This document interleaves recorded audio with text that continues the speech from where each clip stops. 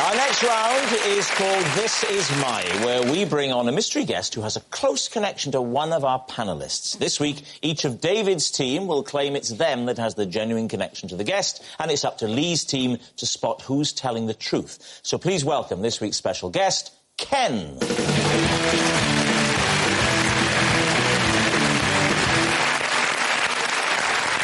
Ken. So, Richard, first of all, what is Ken to you? This is Ken. He produced my record, a dance version of a Shakespearean soliloquy. Right, OK. Fern, how do you know Ken? This is Ken, and he and I are part of the same Morris dancing troupe. Right. Finally, David, what is your connection to Ken? This is Ken, and Ken drives a steam engine and recently let me ride in the cab with him. Well, I think we all know which is the favourite. We'll start with Richard. You said it was a Shakespearean soliloquy. Yeah. It was a version of Hamlet's To Be or Not to Be. Chuck up. Chuck up. Yeah. Yeah. And Was there rapping? Was there a bit of... Was there any... Martin, you're really down with the kids. That is the question. Not like it is it the question? No.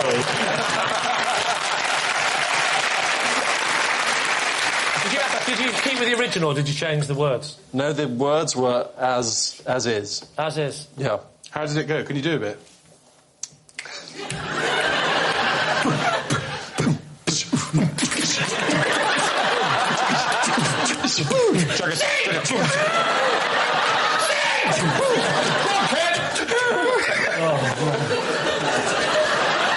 What sort of music was it?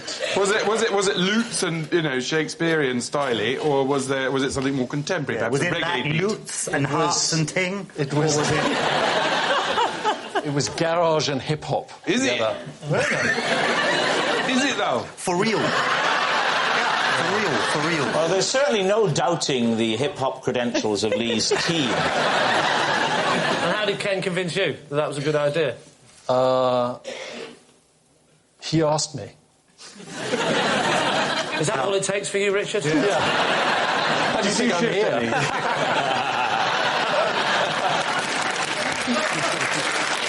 What was on the B-side? Shall I compare thee to a summer's day or whop it up thee straight away? It's the right answer.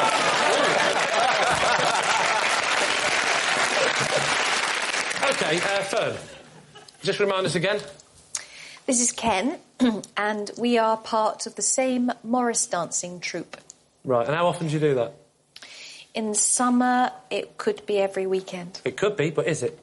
How do you combine this with your TV commitments? Well, obviously, if I'm working, I don't go and do it, because there's a troupe of 12 of us. And where do you do it? Where do you Morris? We Morris at the county shows. Are you pretty good at Morris dancing? You know where this is leading, don't you? Yeah. So could we have a demonstration, Fern, at all? I would feel silly. Well, you're on the right show. Yeah. OK, right, David, remind us of yours again. He drives a steam train and he gave me a ride in his cab. Right, and how did this crop up? It was... You were doing that? It was at it was at my brother's 30th birthday do, which was at the Didcot Railway Museum. There is nothing you've said so far that we doubt.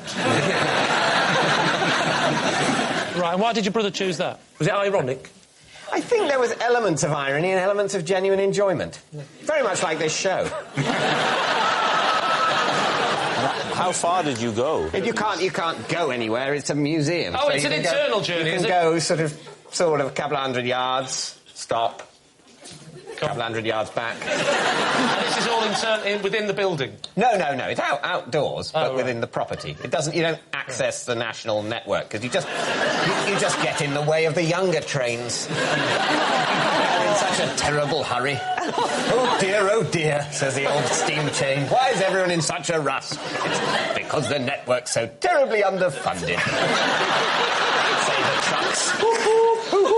Who's this coming through? It's a young engine. Get out of my way, David. I've got important letters to deliver. That engine's very angry, said David Mitchell.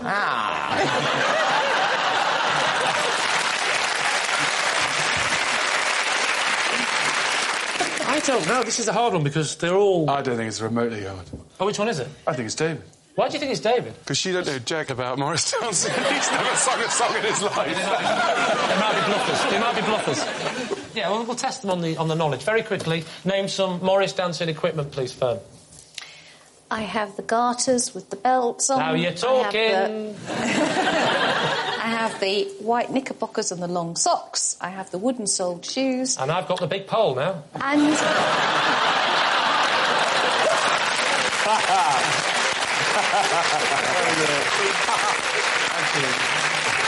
Now, let's look at Ken. Does Ken look like a Morris dancer, yes or no? He sort of does, doesn't he? He does, yeah. He does. Does he look like he could drive a steam train? That's a definite big yes, isn't it? Does he look like a record producer? Not today. So what are you going for? What do you think? Well, it's not Richard. There's no conviction in what he's saying. He's no conviction in the Spice Girls movie, but he did that. See, I can't see anything but a Morris dancer when I look at him So now. you're thinking it's Fern? I am increasing. If we could get a look at his hands, I'm sure we could see if he was a Would you steam like train to driver. see Ken's hands? Yes. Oh, look out. The doctor's in. There we go. There he comes.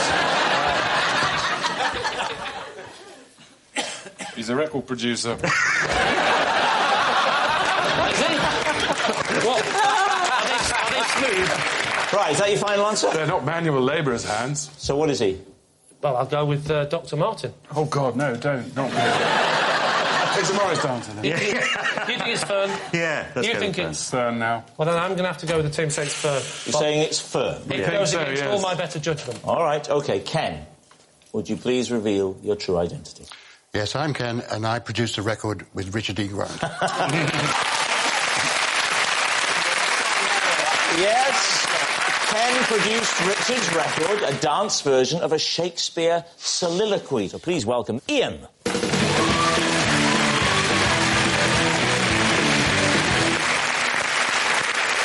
So, Ruth, what is Ian to you?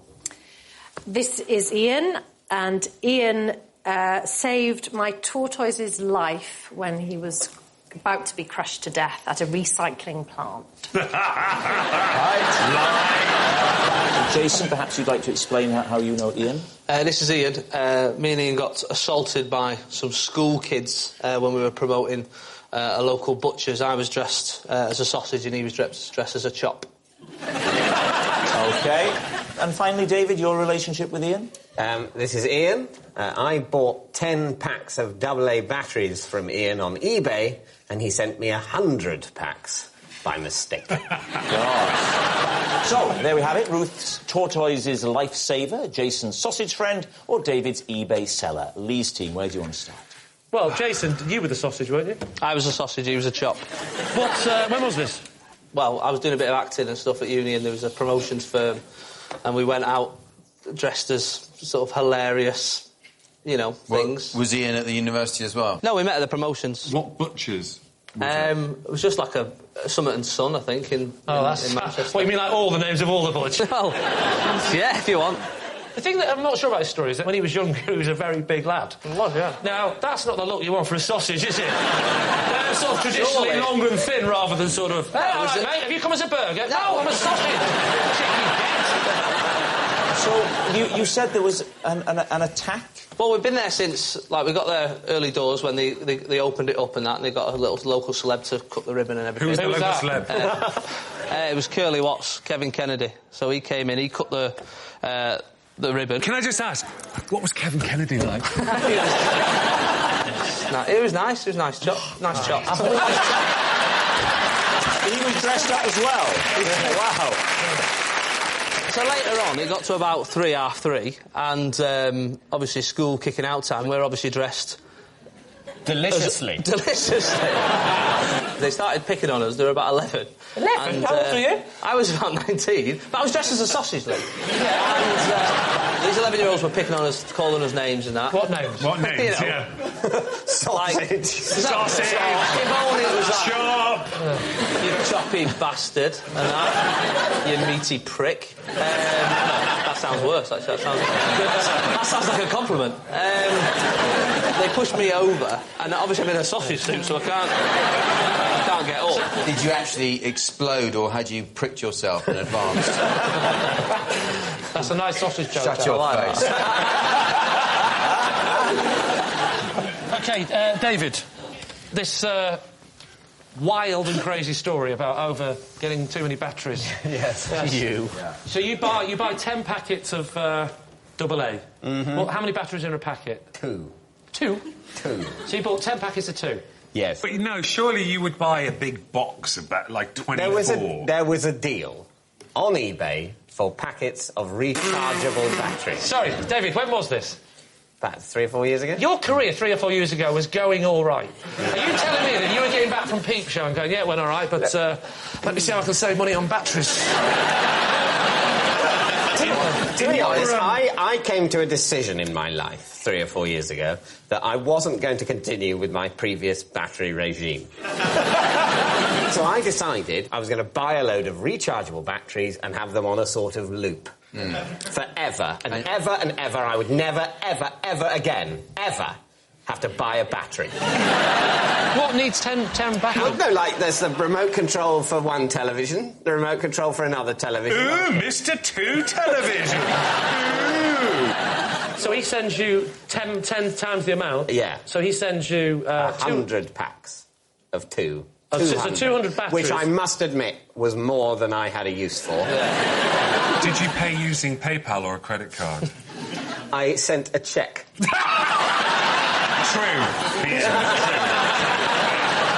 I think this story's got a lot of positives and negatives.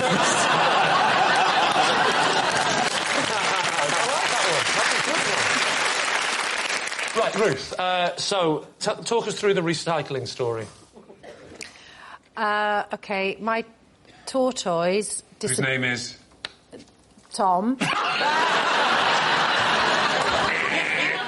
Your brain literally went, what begins with T?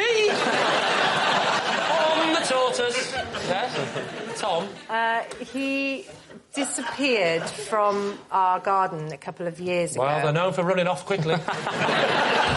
So your tortoise has vanished? It vanished. So after 3 days, we started to actually worry and tried to work out where he may have gone. Right. Did you go into his room and look at his diary? He's been groomed on the internet. We did then worry that maybe he'd climbed into a bin bag and been taken away with the rubbish. So we phoned up the council and explained the dilemma, and they said, we'll go through the rubbish and we'll get back to you in a couple of days. Yes, because they're cooperative like that, aren't they? Yeah. If you have one of those phone calls, if you're worried your tortoise is in the rubbish, press 2. So then 5 weeks went by. Did you put, like, posters up like you do with cats? Did you? Tortoise missing, answers to the name of... Tom.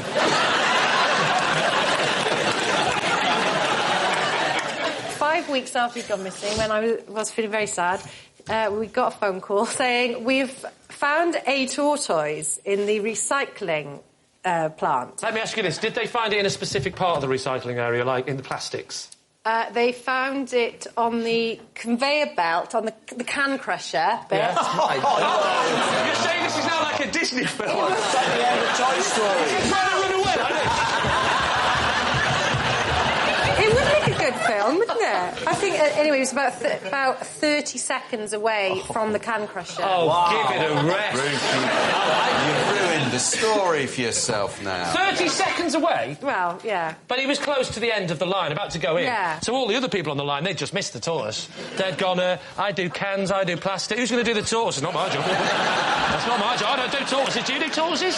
I don't do tortoises. So, all right, there we are. What do you think, Lee's team? I think it's David's store. I think it's the battery. I think he's the battery man, salesman. personally. Ian is exactly how I imagine someone like that would look. An online battery seller to look. Yes. Don't think for 1 minute Ruth has got a tortoise. Or has ever had it. Because tortoises, they don't survive the cold. She lives in Wales. Right, I think... Who do we think? Does my opinion count for anything? No. It's Jason or David? Shall we go for David? Go on then. I'd say David, yeah. Let's go on then. Saying David. You're saying it's the online battery sales. Yeah. OK. Ian, would you please reveal your true identity? My name is Ian. I work for a recycling plant with up on Good Park.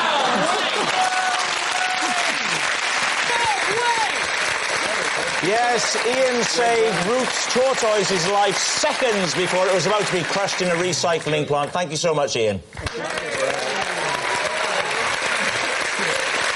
So, Ruth, that was incredible. Everything with the Toy Story bit on the... Yes. All true. He's really called Tom. He's really called Tom. Now, we've got a picture, actually. Right. Oh, there you are. That You're is about Tom. to eat the tortoise. Isn't that nice? So please give a warm welcome to this week's special guest, Drac. Welcome, Drac. So, Kevin, what is Drac to you? This is Drac. He's my dad's friend. He took me out for a driving lesson and I reversed through a chip shop window. Brian, please explain how you know Drac. Well, this is Drac, the roadie that left me gaffer taped to a lighting rig for over an hour. Right. And finally, Lee, what's your connection? This is Drac. And I presented him with first prize at the National Pie Awards 2009. So, David's team, begin your investigation. Lee, where were the National Pie Awards held? Birmingham. What was the venue? The venue was the Hilton Hotel. Right. Hilton What kind Hotel of pie was it? Well, he made a selection. He didn't just make one pie. It was for his various pies. You don't just have one pie. It's so not like... Was he various pie maker of the year? No, he won the big prize at the end, National Pie Maker of the Year. So he won the overall award. Were there like separate... No, he didn't have the best overall.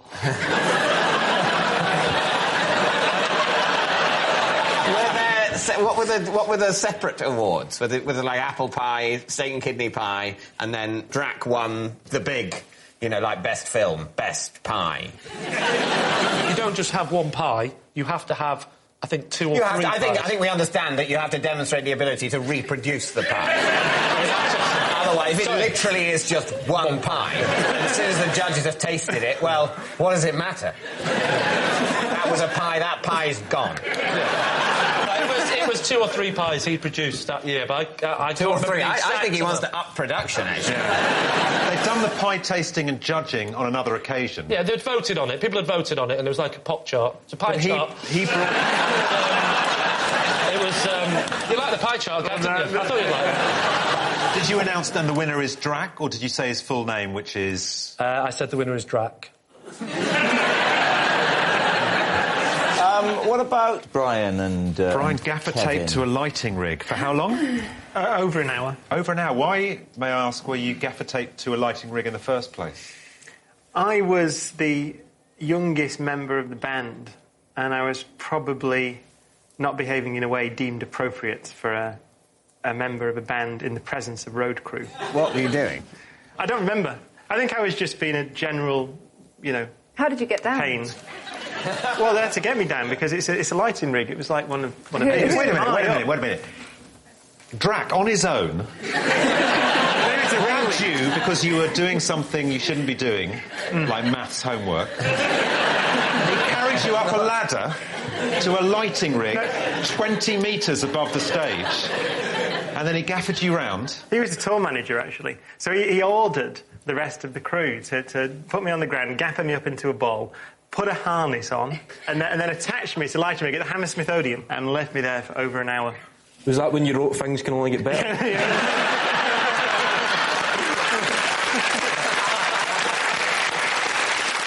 And you can't remember what you did that had offended them? No, I think it was just a build-up, I think, of absolute annoyance over many weeks. I can believe it. Yeah. OK, so Kevin Bridges, it was something to do with a car. Well, yes, he's a friend of your dad's and he took you on a driving lesson. Yeah. And you ended up reversing through a chip shop window. Yeah. His name's Duncan. Duncan. It gets called Drac because it's like D-R-A-C, and he used to be known as Duncan from the RAC because he's a driving instructor, and then that got shortened to... What were you trying to do, a three-point turn? What was... No, it was the first lesson. Right.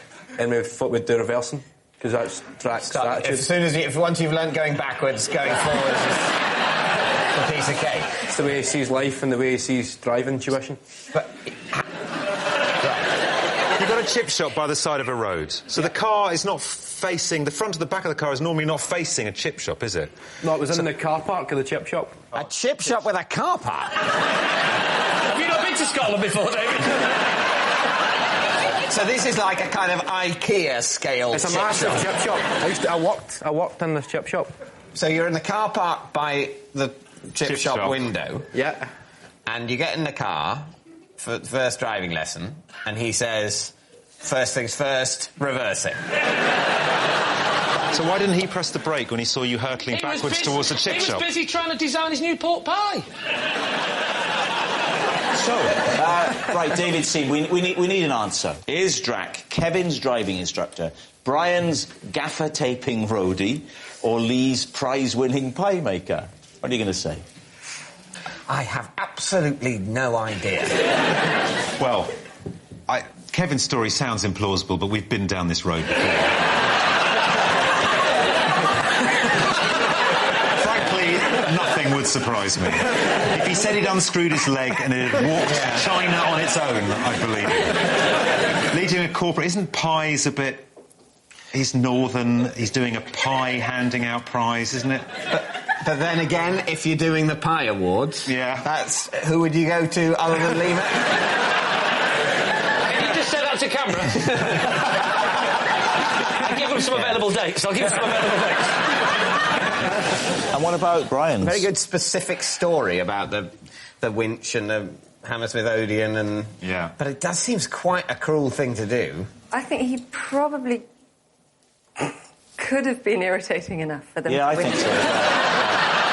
I don't think that's in question, to be honest. What's it going to be? Say Brian. Say Brian. Yeah, come on. Brian. We think it's Brian. You're saying Brian? Yes. Yeah. OK. Would you please reveal your true identity?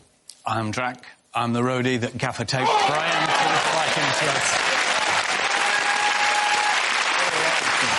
Thank you very much for coming on, Jack. Please welcome this week's special guest, Mike.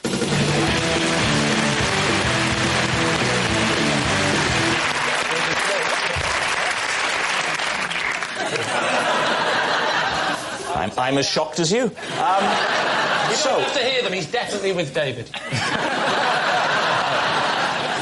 Ben Fogle, what is Mike to you?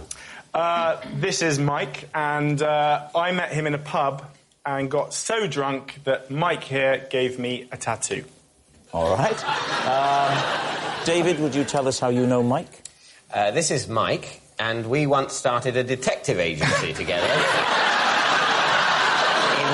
Really? Is that right? In my garden shed. And finally, Craig.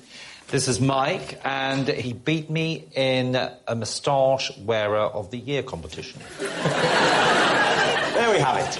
Ben's impromptu tattooist, David's fellow private eye, or Craig's champion moustache wearer. Lee's team, where'd you start? When did you have a moustache? During a show I did called Spend, Spend, Spend, which was in 1999. I was the choreographer. Why did you enter it? I entered it with my friend Clifford, actually. Was he an enormous dog? No.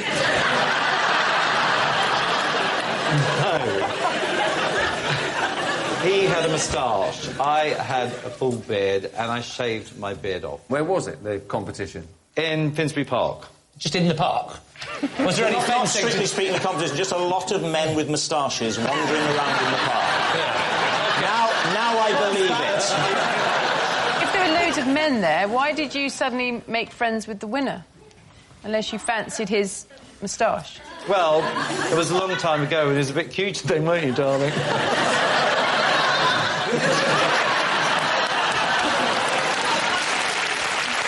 You know what? Please, can you stand up and go kabah! Look, do you want to let's just... Yeah. The world, darling. So let me... I'll do it for you. Oh. Hello. Oh, now. Now I'm thinking he can carry that off. Yeah. I'm liking that. Were you hoping to get into an episode of Poirot? No, we did it as a laugh. We were absolutely slaughtered one night. And we just thought we'd do it for a joke, really. Yeah. David, just remind us again. Yes, we set up a detective agency together in my garden shed. As children? Yes, as children. How old were you at the time? I was, I think, 10. And he was the same age?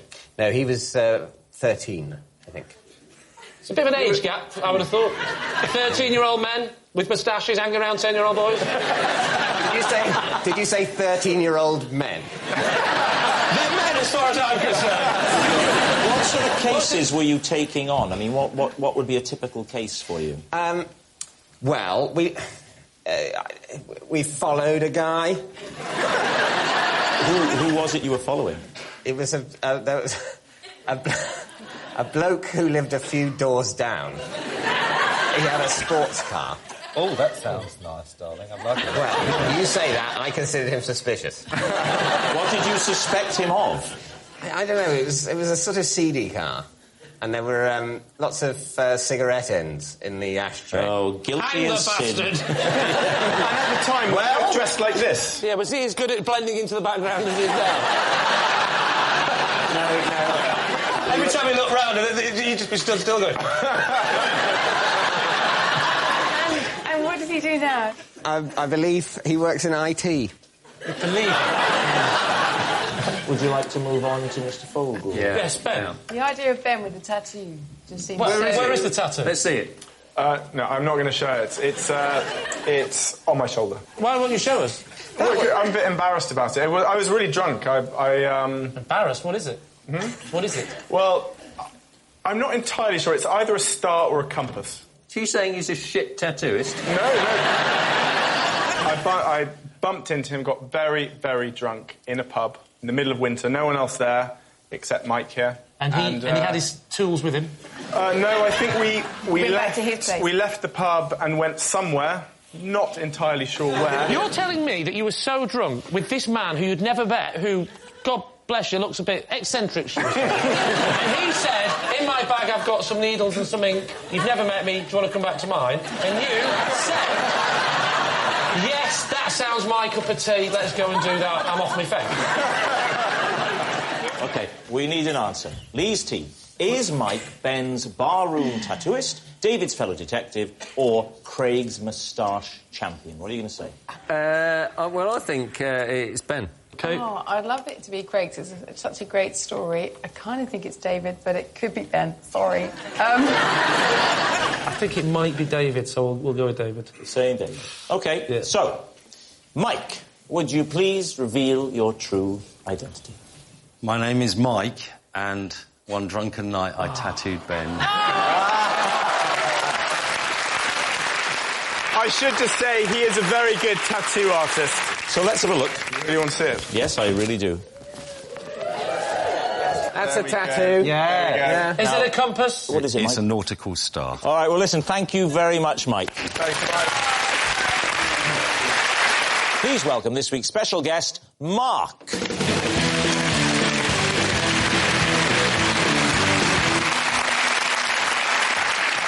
Welcome, Mark. So first off, Patsy, what is Mark to you?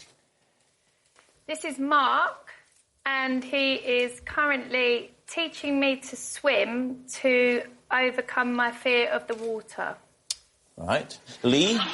This is Mark, and he started the pub darts team that I play in, but I had to ask him to leave because he was so bad.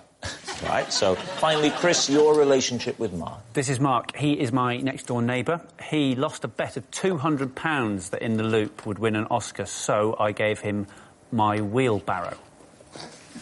Right, well, there we are. What could be simpler? Patsy's swimming teacher, who cured her fear of water, Lee's sacked darts teammate, or Chris's neighbour, who likes a bet? David's team, where would you like to start? Darts. How can anyone be bad at darts? What sort of standard of darts playing are you expecting in this team? 2 out of 3 darts in the board would have been good sufficient. What did you say to him to check him out? Patsy, can you be Mark? Yeah.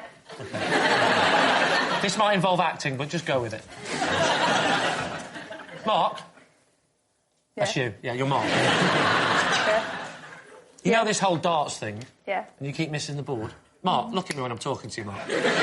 We don't like the fact that you keep trying to get the dog drunk. And also, we were going to have to let you go because, unfortunately, you keep missing the board. I cannot imagine you would say that to him. There's not a chance you're going to say, listen, mate, you set up the darts scene, but Big Lee Mack's in the room, get off. Also, how seriously did you take this darts I take team? darts very seriously. Do you? Ask me any checkout. I don't know what that means. All right, 151. Oh, well, that's your classic treble 20, treble 17 tops. Don't know whether that's true or not, but a couple. All right, then 164. Oh, that'll be treble 20, treble 18 bull. I don't know how... Bull, what's bull? 180. You worked that out. He's getting them right. He's getting them. Is he getting the numbers right? Right. Just say 180 again, Joe. 180. I feel like we've just engaged with foreplay. I know. She's missed 180. We're on for a good one tonight.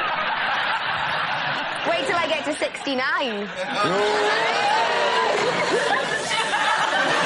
Did he set up another team? Did he just walk away and say, I'll give up darts because Lee... He struggled to set up the other team, apparently, because he was going round saying, I'd like to set up a darts team. Have you had any experience? Well, I just recently left one because I was thrown out because I was terrible. Sorry, that's not the usual next question when somebody says, I'm thinking of setting up a darts team. Have you had any experience? You're either somebody interested in playing a bit of recreational darts or not. You're not going to be sort of go, have you had much experience? I don't know, I'm a busy man. I want to play in a high-level darts team. It's a serious sport.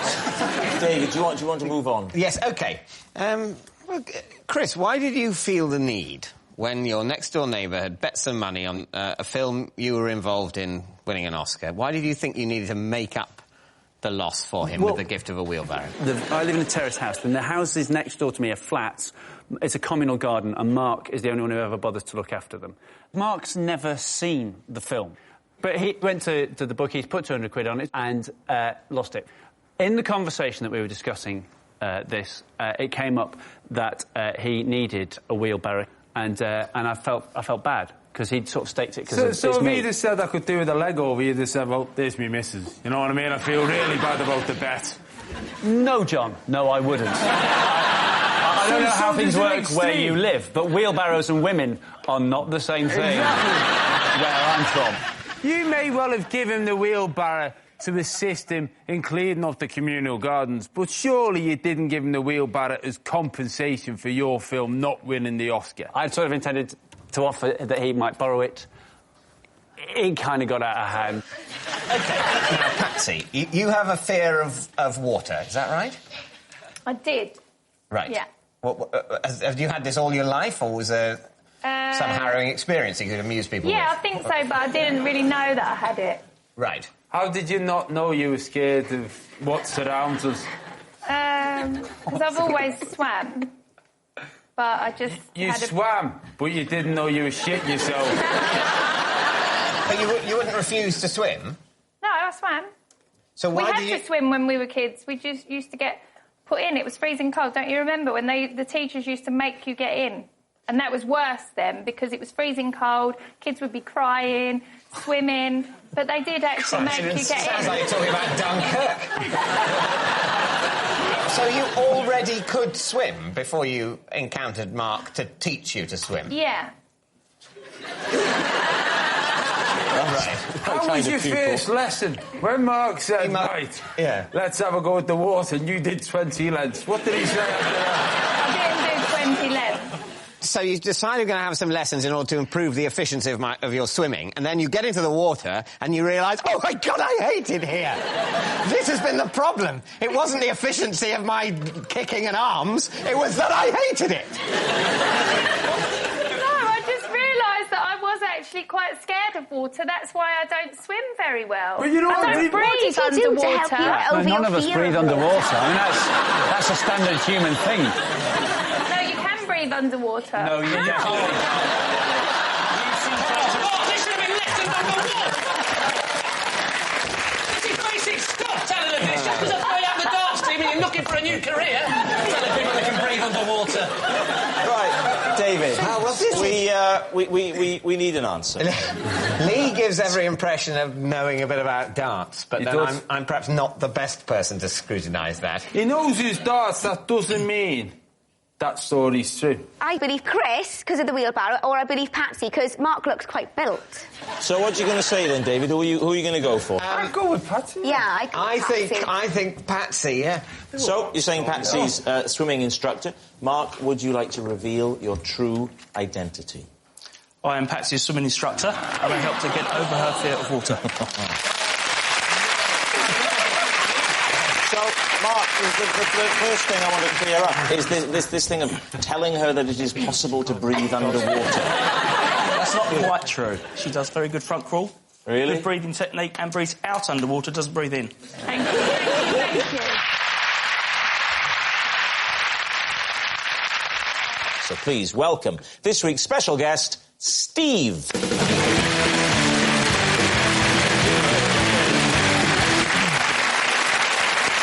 Welcome, Steve. So, Hugh, first of all, what is Steve to you?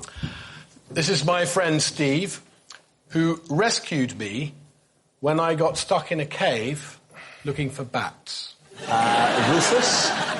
This is my friend Steve, and together we have visited every pub inside the M25 called the Red Lion, apart from 4 of them. Right. And Lee, how do you know Steve? This is Steve, and we once went camping together when we were in the Scouts, and we woke up to find that someone had stolen our tent. David's team, where to begin? So when was this camping trip, Lee? This camping trip was, I would have been about 13, 12, I think, 12. How old was Steve? Steve was about, I don't know.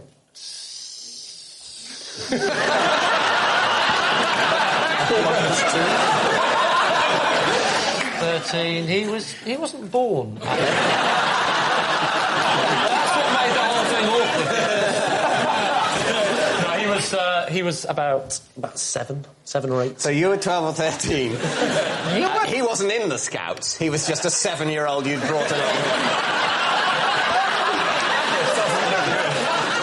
He was. The Cubs and the Scouts went together. He was in the Cubs, I was in the Scouts, and they issued every Scout with a cup. They did. No way. They put each young boy in with an older boy in each tent. So where were you camping? We were camping somewhere in the Lake District. I think it was called the Lake District. Right.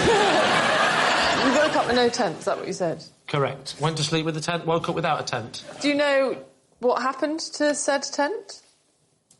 Well, that's a good question. We don't know to this day what happened to said tent. You never saw the tent again? No. Stolen? Yes, I know it was stolen. Oh, We don't know what happened to it. You don't think it might have blown away? You woke up, no tent, and you assumed foul play. Yeah, we weren't that deep a sleeper that there was a gale force wind. You were deep enough that someone had stolen the tent. There's something about wind that's different to burglars. Wind doesn't... Wind about wind that's different to burglars. Now, there I agree with you. Now, if that was what you were asserting, that and that alone, I would say you were telling the truth. However, there's more to this story. Wind does not sneak up on you. Can I ask a question? Well... Did this tent not have a built-in ground sheet? No, it did not. Because otherwise, it would have been, this is Steve and we were once kidnapped.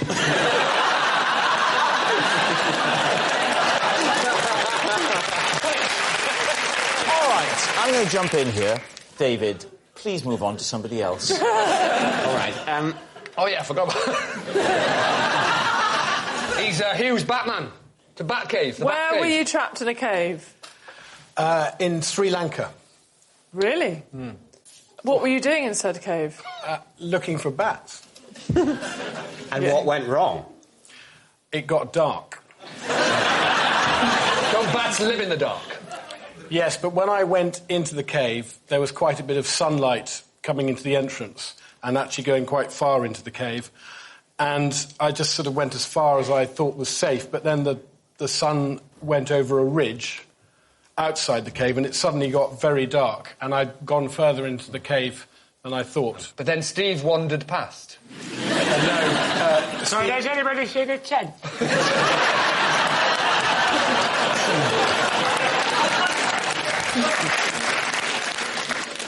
Steve actually heard me shouting for help. Why were you looking for bats in a cave in Sri Lanka? Were you looking to eat them? Funny you should say that. They'd had bat on the menu in the hotel, and I was told that they got them from this cave, and out of curiosity I thought, well, I'll go and look. I'd also heard that they had a rather grim way of catching them, which is to hang fish hooks down from the top of the cave. And did you go on your own? Yes. And then, so you called for help and Steve was walking past the entrance. Steve, lovely guy, was staying at the hotel and he heard my cries for help. Why did they catch bats with a line? Why didn't you just spray them with something? Or just go in with a machine gun? I think that if you... I think it rather ruins the integrity of the individual bat as a starter or main course. Well, admittedly, it's had a couple of machine gun bullets through it. Also, you can machine gun a zebra, doesn't really spoil it. But not a bat. So, David, what about Rufus's claim, the whole pub thing? Which of the 4 Red Lions that you've not been to, where are they? I don't remember. You can't find them. But you know there are 4 exactly. Yeah, we got a list of all the pubs called the Red Lion, and then we went to visit all of them, and I know that there were 4 that we did not go and visit. Did you go to one on South Ealing Road? Opposite Ealing Studios? Yes. Did you? When did you do this? Oh, fair enough. Was this like a mission, a bet, or a... Yeah, we came up with it as an idea because we knew that there were a lot of them, and we thought it would be good to visit all of them. In a period of time? Yeah, over a week. So how do you know? A week? How many are there? Wow. There's about 46. We went visited to 42. about 42 of You them. visited 42 Red Lions with Steve in 1 week. Yeah. How do you know Steve? Through AA.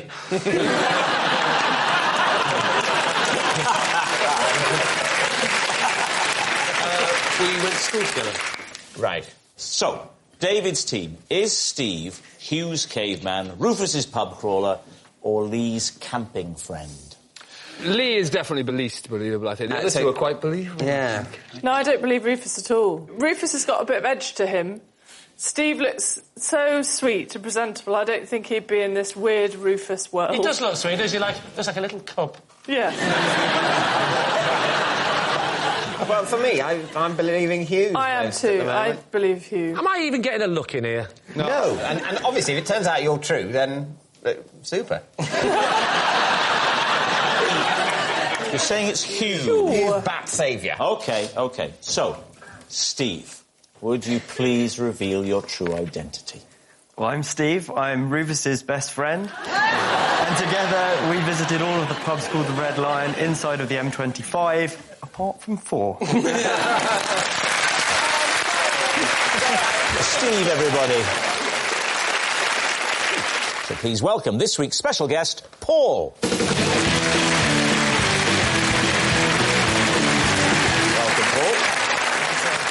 So first off, Ronnie, what is Paul to you? This is Paul.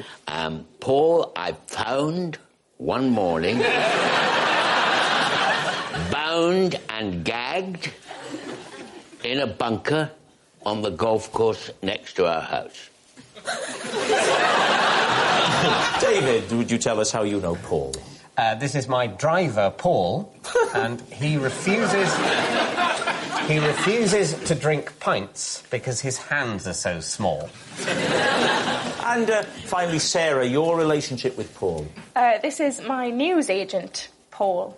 And he once asked me to watch the shop for 10 minutes. And by the time he came back, I'd broken a window and there was a little boy had his head stuck in a crisp box. Right, there we are. Ronnie's gagged golfer, David's small-handed driver, or Sarah's unfortunate newsagent. Lee, where would you like to start? Ronnie. Yes. This bunker. Yes. What were you doing? This is early in the morning. Very early in the morning, because I go out very early in the morning, about maybe 7:15, 7:20. On the golf course? On the golf course. In case anyone wants to use you as a tee. It is upsetting. It is upsetting. Mind you, I shouldn't worry, because the other day I walked out in my big golfing flat hat and the greenkeeper rushed out and says, "These bloody mushrooms are early this year."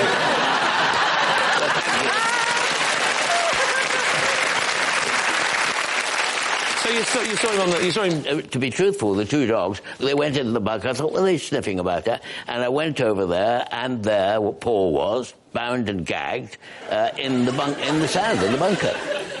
And then what happened? Well, then he was coming round, because I think he had a bit of a night the night before, so I tapped him on the cheeks gently like that, and when I was tapping the cheeks and I'd undone the stringy thing and string round your ankles, you were really relieved, came round, didn't you? And I took you back home to Anne for a cup of tea, cup of bit of toast, and the dogs were very pleased to have found him. He'd been there all night. What was this? Was this some sort of prank? I mean, was it a stag do or something? Well, I didn't want to be too nosy about it. I wanted to look after him, get on the phone to his friend, have them collected and off the bloody premises.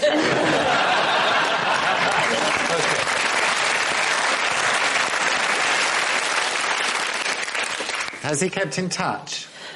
We have, really, haven't we? Because we found that your wife was quite friendly with one of my daughters, I think. I remember we haven't seen enough of each other, actually.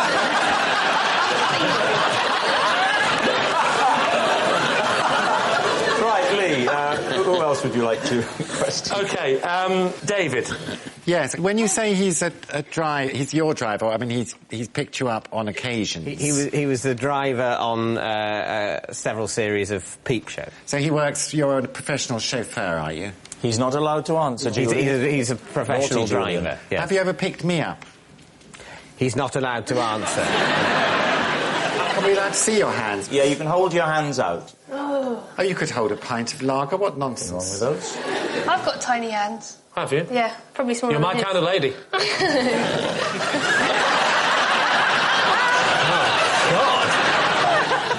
God. David, tell us about the whole business with the pints, then. What Paul told me is that he always chooses to drink bottled beer because when he holds a pint... this isn't at the wheel, is it? This is... No, but on a night out, he chooses to drink bottled beer rather than pints because he gets laughed at for holding a pint glass because he sort of has to use two hands. You weren't that small. Are you sure they're not serving it in buckets? Maybe there's some course you could go on to make your hands bigger. Should speak to Ronnie about that. Now, what about Sarah, Lee? OK, so how old were you? It was only a couple of months ago. Are you a regular in his shop? Yeah, buy a lot of chocolate. And what happened while you were in charge?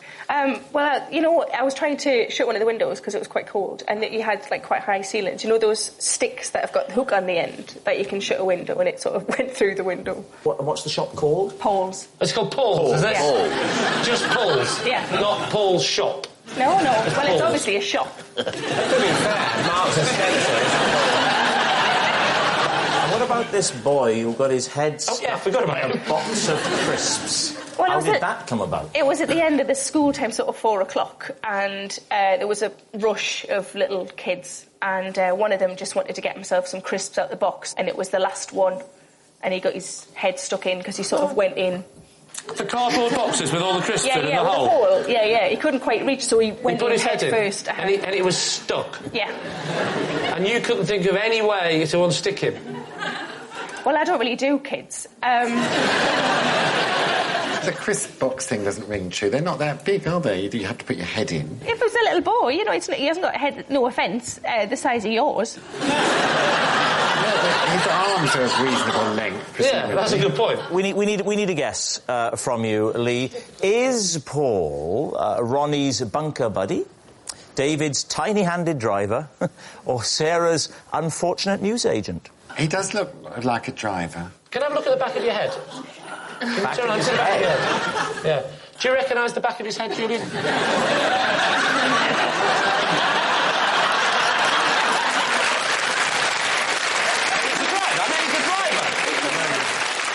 But I don't believe he's a northern shopkeeper because his shirt is too nicely ironed.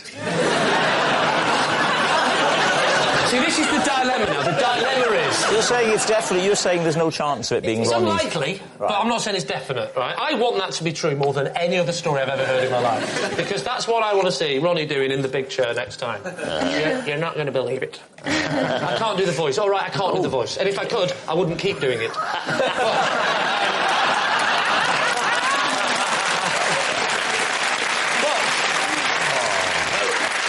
Ronnie, can you do an impression of Rob?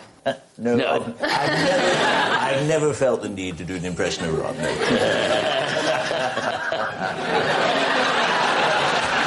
You want the glasses? I love the glasses, yes. There we are. How about it? There we are. Oh, my word. Goodness me.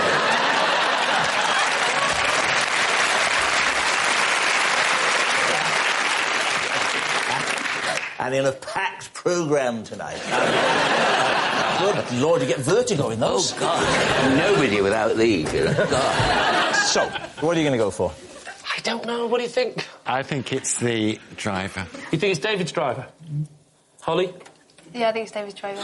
I think it might be Sarah because she looks like the kind of person that could break a window and almost kill a small boy in 10 minutes. I'm going to overrule my team and say it's Sarah. Oh, bold. OK, you're saying that it's Sarah and the newsagent. OK. Paul, would you please reveal your true identity? I'm Paul. I'm David's driver. And I don't think time's cut the answer small.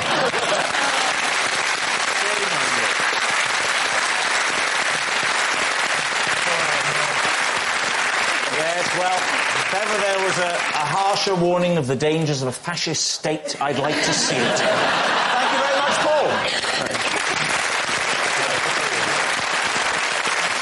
This week, each of Lee's team will claim it's them that has the genuine connection to the guest, and it's up to David's team to spot who's telling the truth. So please welcome this week's special guest, Molly.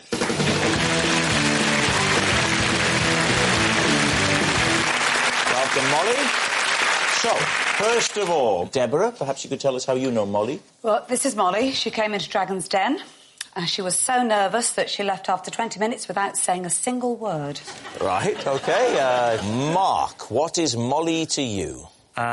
This is my friend Molly. She starred in a murder mystery play which I wrote and directed at school. All right, and Lee, what about you? This is Molly. She's teaching me to ice skate because I'm going to be a best man at a wedding on ice. There we have it. David, over to you. Right.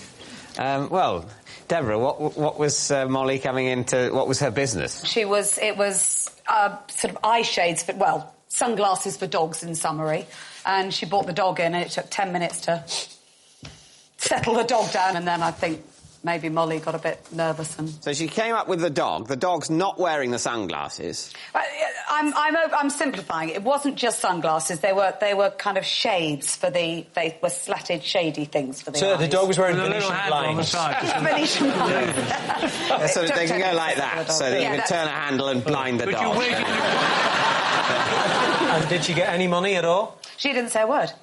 So... She didn't say a word. She went straight back downstairs, well, after 20 minutes. And you've kept in contact ever since? Not at all, but we did meet afterwards because she was so nervous and she just felt she'd failed her... Well, I mean, she's right. She had, hadn't she? She'd come up with a daft idea and then totally failed to express it. What sort of a dog? You'd be a very good dragon, David. What sort of a dog was it? Labrador Retriever. Labrador, that's great. I do have a Labrador with dark glasses on. Some other blind leading the blinds.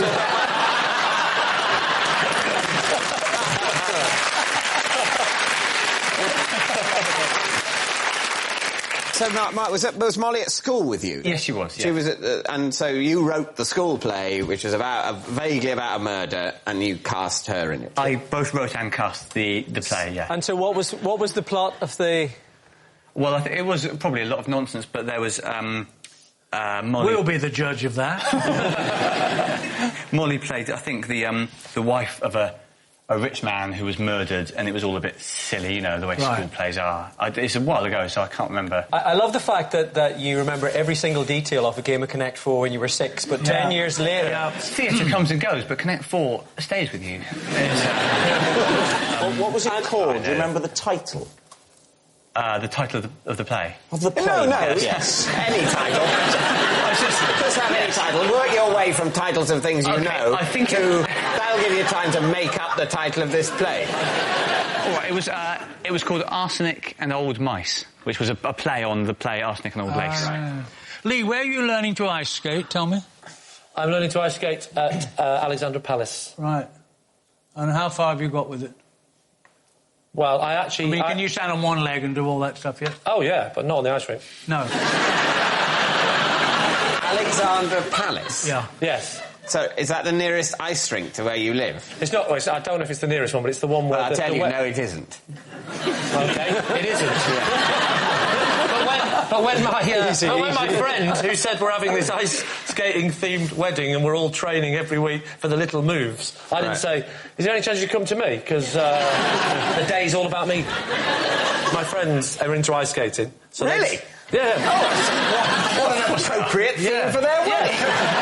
They're actually going to do a routine, the man and wife. Right. They're doing a routine on the ice, because they're ice Fully clothed, I hope. Fully clothed, oh, yes. Fine. Yeah, I don't know which films you watch, Bernard, but naked ice skating isn't really big. So they're going to board it off, so you have an aisle of ice. Aisle remaining of ice. The rest of the ice is sort of carpeted with seats on it. I don't know. You're mixing me up with admin. OK.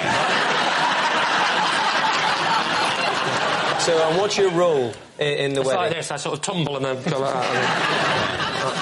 So are you best man? Are you presenting the rate? Well, I am that very man, yes. I'm the best man. So what do you have to do? What skating? What skating do you have to do? They've done their routine. Right, and then OK. you skating. Just to be absolutely clear... OK, so the vicar comes first. Patrick, you're a guest. Just listen to me.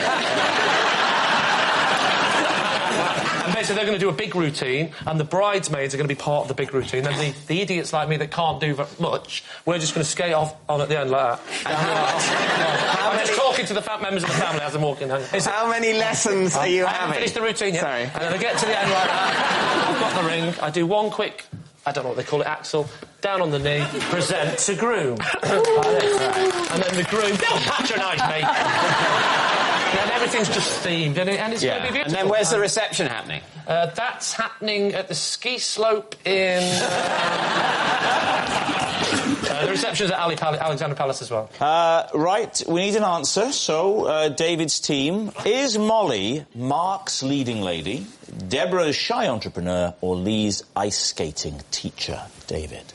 Well, I think we're agreed that Lee's story is... The truth, and that's the end of the round. Too plausible. I think Mark would remember more about this play. I think he's been very vague about this play on purpose. Flannelling like mad. Oh, you think you think it's true, but he's been deliberately vague? Yeah, I think so. Does this woman look like someone that puts Venetian blinds on dogs? Does any woman look like that, to be fair? What do you think? Deborah. You think Deborah? Yeah. No. You don't think that? You think Mark? I think it's Mark. Well, I think it's Deborah. Do you know what? I'm starting to feel like the ugly one on Blind Date. Well, I think I agree with Bernard. I think it's Deborah's former Dragon's Den contestant. OK. Yes. Molly, would you please reveal your true identity? I starred as the wife of Sir Leonard Onions in Mark's play Arsenic and Old Mice at school when he was my house captain.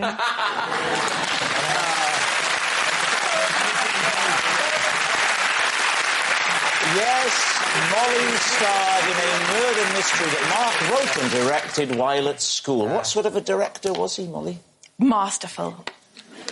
Really? Yes, really. That's the end of the round. Molly, ladies and gentlemen.